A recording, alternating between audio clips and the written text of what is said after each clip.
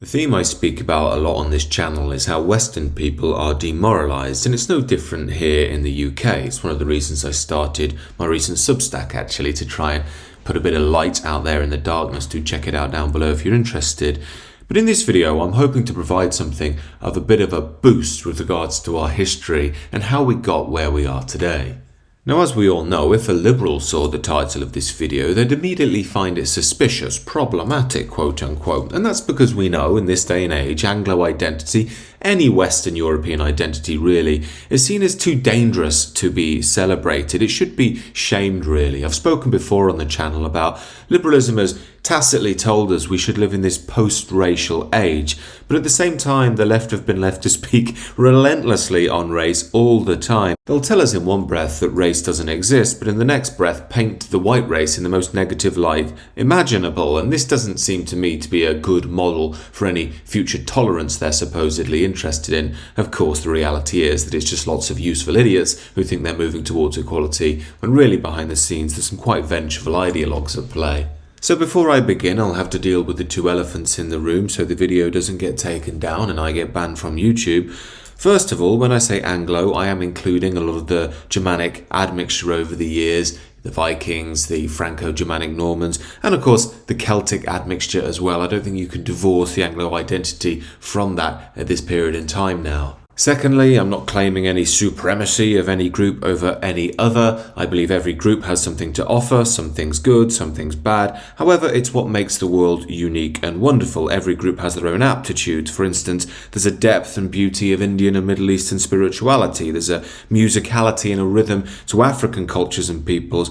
And German philosophy is often colossal in its depth and vision. I personally don't think these things are just accidents of history. I think they develop from peoples over time, and we should seek to celebrate these things and keep them alive. In a way, that's the real meaning of celebrating diversity, rather than falling into homogenized soulless man, which liberalism is leading us towards. Perhaps finally I should add that I am speaking about Anglo culture here, and I might use that interchangeably with British. That doesn't mean I hate the Scottish, the Welsh and the Irish. I think they're all great people with great cultures. I'm pro the British Union. But I do think the Anglo culture and peoples are unique for reasons that we'll explore. So starting from the top, what makes the Anglo unique? Well, I think it's that we're based on an island. Now, the aforementioned Celtic peoples have a different mentality here because it was the Anglos who came in and pushed them essentially into the corners of the British Isles. That means we are the, quote, old enemy in that sense, that there is a siege mentality perhaps there forming in the early identity. However, for the Anglos themselves, it's quite different because the island meant that we were separated, easily demarcated from continental Europe. Further to this, the Anglo-Saxon in time managed to see off the Viking menace. That meant that the homeland became all the more special. It had been fought over, defended and won. But I don't want to spend too long on this period of history. We could say this medieval era was highly traditional. We're all under the Catholic Church. It's where we got our shared European roots from, culturally speaking. I think where the modern Anglo identity really starts to form is around Henry VIII. Now, whether you think the formation of the Anglican Church was a good thing or a bad thing is up to you, but it did play into this sense of individualism in the Anglo character. Obviously, the British Isles were already separated from Europe, but now we're politically and religiously separated too. It was around this time we saw the development of one of the most famous offerings of Anglo people and culture, and that would be the beauty of the written word. Obviously, we can look over to the Greeks and the Germans and see we may not have the philosophical depth and vision that they had. We can also see the romance of the Franco-Italians. However, when it comes to the written word, maybe only the Russians gave the Anglo a challenge when it came to literature. But when it comes to poetry and theatre, I think the English are world famous. Perhaps an aptitude in these fields could play into the individualism, the ability to contemplate and dream, to have one's own spiritual inner world. But one of the oddities of the Anglo identity is how that's blended with quite a brutal practicality. Of course, we see this come into full fruition in the Victorian age. On the one side, we have the Industrial Revolution, engineering genius. You need a hard, factual, logical-based mind to do that. But on the flip side in the culture, we see the Romantic poets, the expressions of Anglo beauty once again. Again, this is a core part of the English identity that can be hard to understand from the outside. It seems like they're two contradictions. But once you understand it, you see that they blend quite well, and this may even play into how Britain ended up ruling the seas. I'm not speaking here on the legitimacy of the British Empire, I'm exploring how Britain ended up ruling the world. Why Britain, not any other country?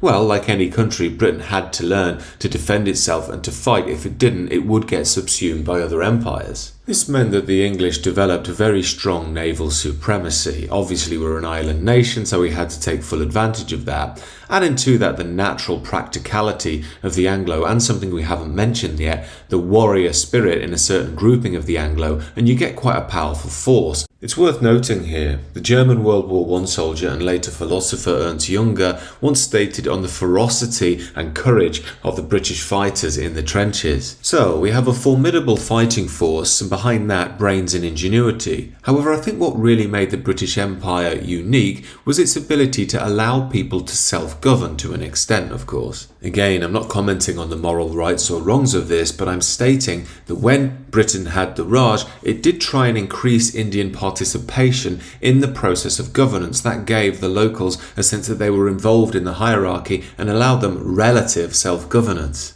This leads to something that was core in the Anglo identity both at home and in new colonies. That is, this idea of being free from tyranny to govern oneself. Again, this can seem absurd to an outsider who will view in the Anglo culture quite a strict adherence to rules, but then a promotion of individualism. The two don't seem to fit. However, once you embed yourself in Anglo culture, they do start to make sense. Let's take a simple example we have in this day and age of something like queuing. The English are famous for their queuing, and as English people we know that when someone jumps in a queue we feel a sense of rage. It's almost as if they've broken a social contract. That's because that's exactly what a queue pusher has done. In England there is a tacit social contract, unlike the French with their more explicit social contracts. This tacit social contract functions around the idea that we must adhere to quite strict social rules in order to enhance our own personal freedoms and enjoyment. Incidentally, this is why Nigel Farage got in trouble many years ago when he was just coming into light for saying he felt awkward on a train because some foreigner was yabbering on at the top of his lungs. Now, to the modern globalist liberal mindset, being bothered by a foreigner yelling down the phone on a busy train is somehow intolerant, it's horrible, it's even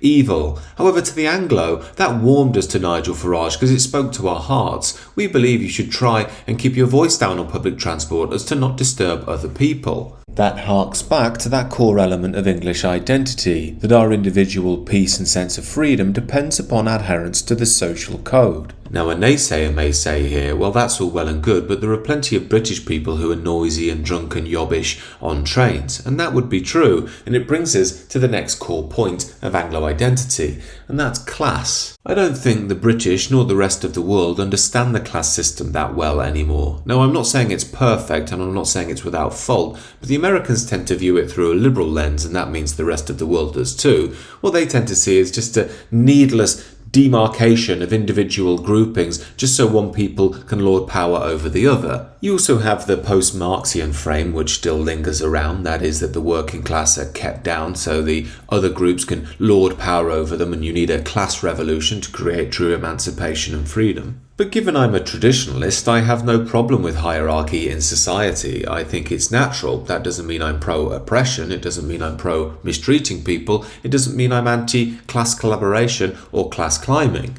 But then I'm not a liberal, and the core of liberalism is the tabula rasa. That is, everybody beneath the skin is just exactly the same. The only differences come from the external environment, power relations, the classic Marxist liberal idea. You could argue that the British Empire was aware of such differences by creating an upper, more pragmatic, romantic, patriotic class and a lower warrior class who did have a sense of beauty in them too, who would usually go and get the dirty work done. One could assume this is where the saying that the first place the British colonised was the north of England came from. Of course, in the modern era, that model, rightly or wrongly, has been overthrown. What we've seen is the total development of liberalism. Of course, the class system still remains in England, although it's usually moderated by the market these days rather than any cultural or social form. But more importantly, we've seen liberalism grow completely out of control. Now, this has come on the back of two things. One, our material success, and 2, our spiritual demoralization. This in turn has led to a crisis for the Anglo. Yes, we have a liberal nature at heart. We don't like to be told what to do. However, that liberal nature needs to be kept in line with a service to the whole. That might come in the form of religion or a belief in nation and a collective. But ironically enough, the very Anglo identity has been derooted on the back of liberalism itself as well as nation building. Here, of course, I'm speaking of the French Revolution and the American Revolution.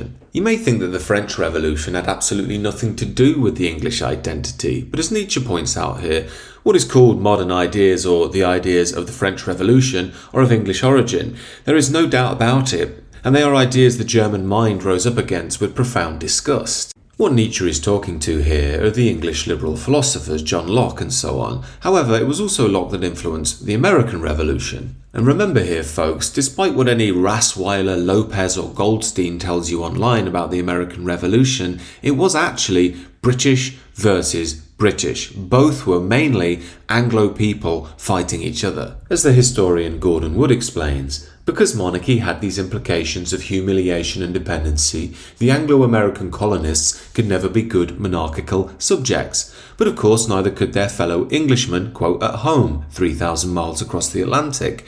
All Englishmen in the 18th century were known throughout the Western world for their insubordination, their insolence, their stubborn unwillingness to be governed.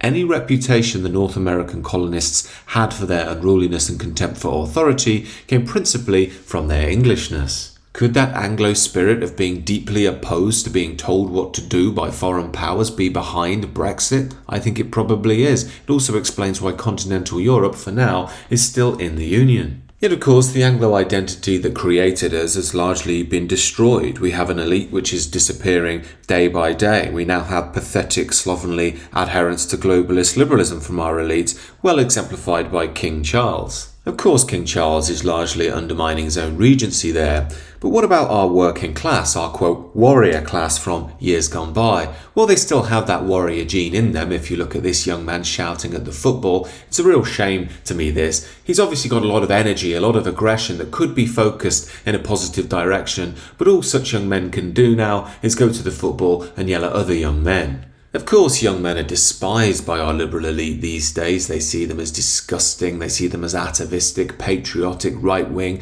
masculine, all of those things which aren't welcome in the modern liberal world. And in time, that's led to a situation where the Fred Dibners of the world have been led out and forgotten into the annals of history, and chavs have come in. Of course, what makes the Anglo great, his appreciation of beauty, his toughness, his practicality, his unwillingness to be ruled by an unjust system of power, is exactly what makes him weak as well. It leads too much to a focus on individualism, and that's created the modern liberal world that we live in today.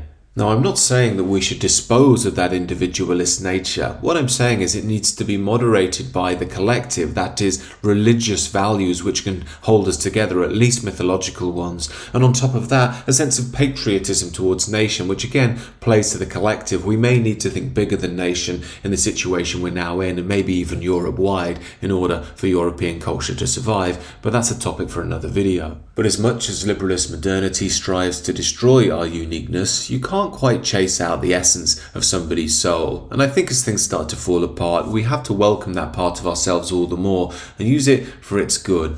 These are just my thoughts, however. Do consider subscribing to the channel if you're new. Let me know your thoughts down below, and do check out the Substack while you're at it as well.